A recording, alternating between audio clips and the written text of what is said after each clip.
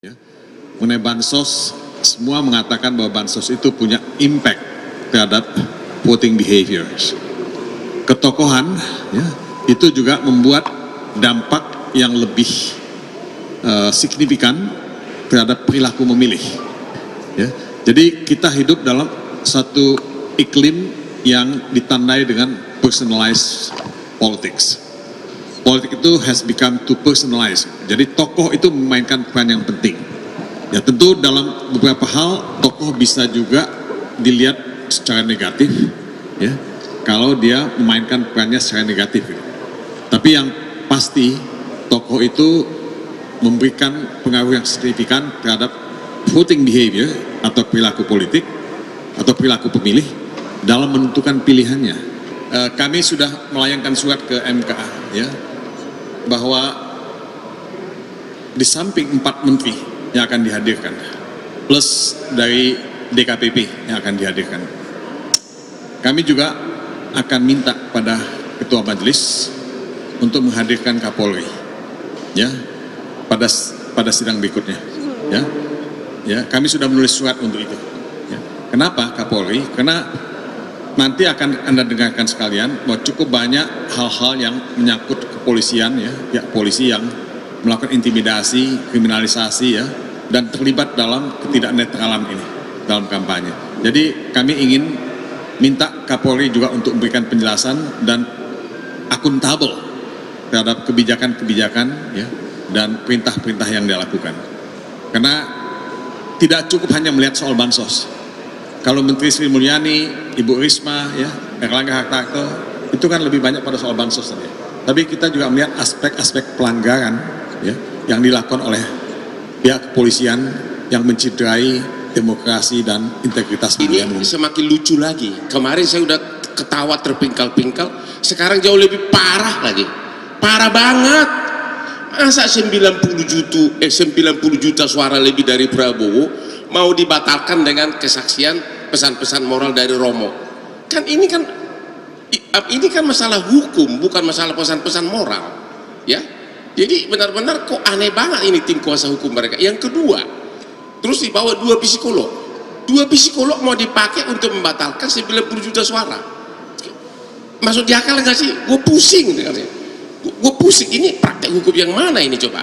Malah psikolog mereka terakhir mengatakan, kenapa Prabowo menang?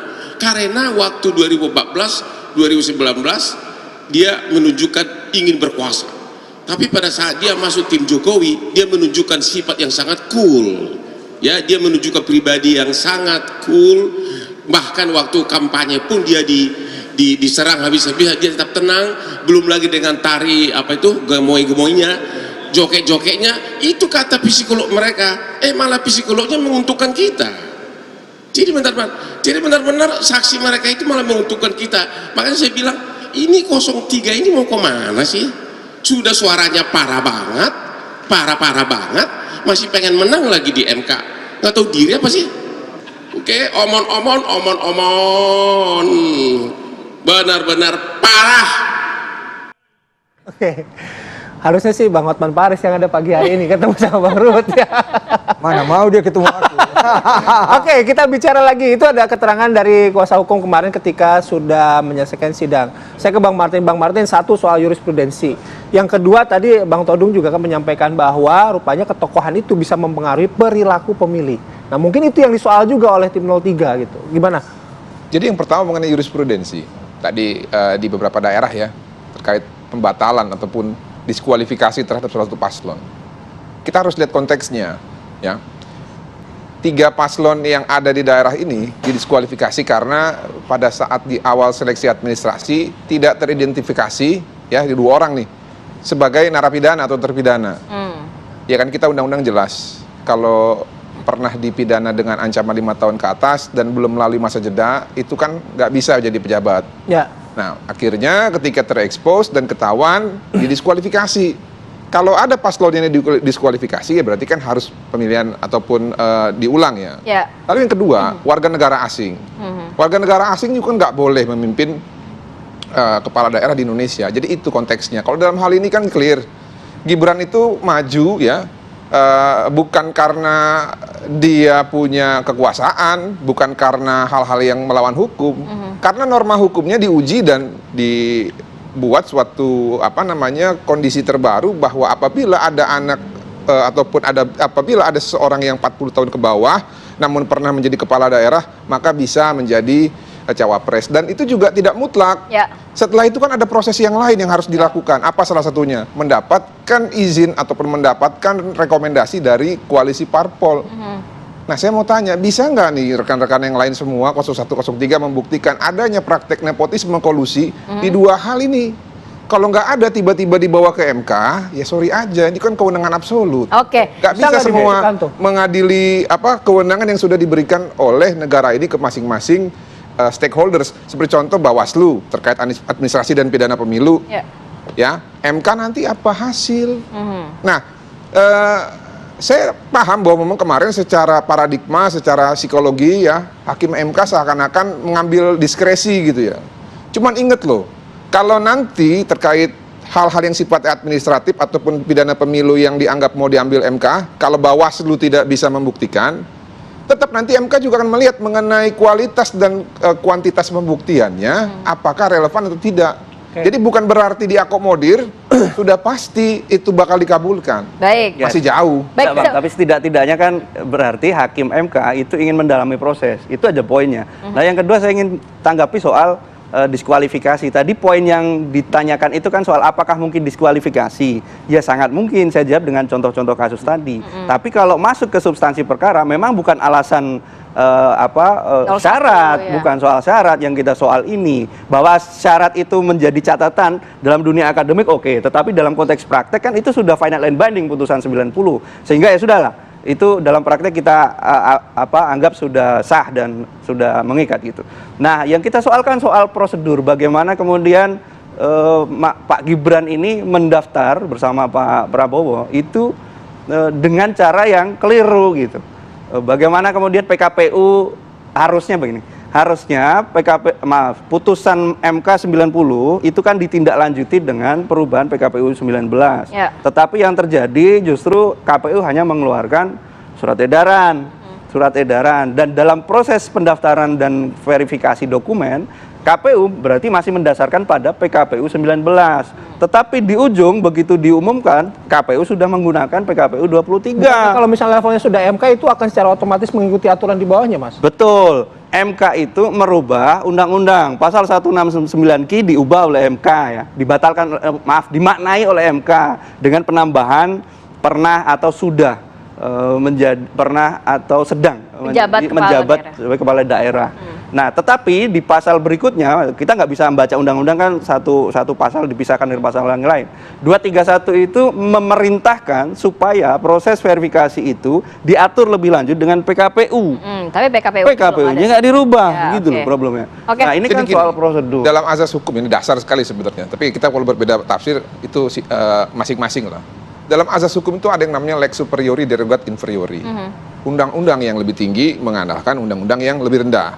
Dalam hal ini, ya undang-undangnya apa sih? Undang-undangnya kan adalah Undang-Undang Pemilu nomor 7 tahun 2017 pasal 169 itu pasalnya terkait kualifikasi capres dan cawapres. Nah, peraturan pelaksana itu ada di peraturan KPU yang sebelumnya tadi rekan bilang belum pernah dirubah, tapi tiba-tiba sudah langsung PKPU-nya belum diterima. dirubah. Nah, ini kan sebenarnya masalah teknis. Tapi kalaupun ini dianggap sebagai pelanggaran etik, itu sudah diadili. Berarti masih sah? Dan rekomendasi di KPP. Oke. Sorry Bang, bukan soal teknis ini Bang.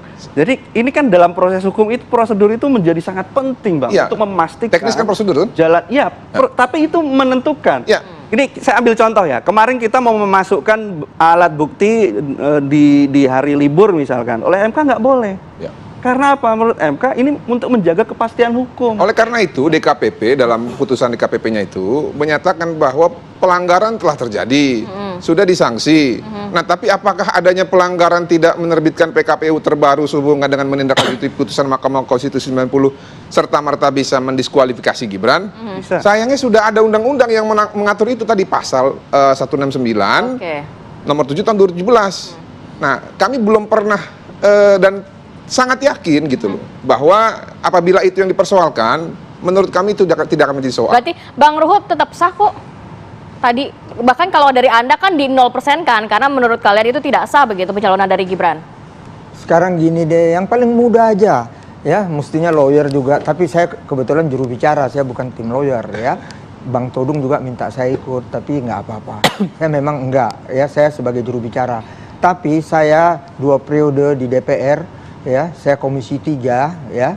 Saya banyak berperan, saya lawyernya DPR di Mahkamah Konstitusi. Satu aja, berapa hakim konstitusi? Berapa? 9. Kenapa 8? Yang 1 di PHK, kan itu aja masalahnya kan. Kenapa di PHK? Nggak boleh ibarat lihat anak gadis, lihatlah dari ujung kaki sampai ujung rambut. Karena peristiwa putusan 90, keluar MK, kan tidak boleh. Jadi nggak ikut 8. Cuma 8. Jadi tolonglah lihat permasalahan ini. Memang banyak masalahnya. Ini MK ini Ibu Megawati Ketua Umum kami bersama Pak Jimli dan kawan-kawan melahirkan Mahkamah Konstitusi itu biar kita melihat undang-undang itu secara luas. Jangan pakai kacamata kuda. Ini kawan-kawan ini semua pakai kacamata kuda. Maaf aja kalau saya lihat banyak kok ketimpangan. Siapa bilang nggak banyak?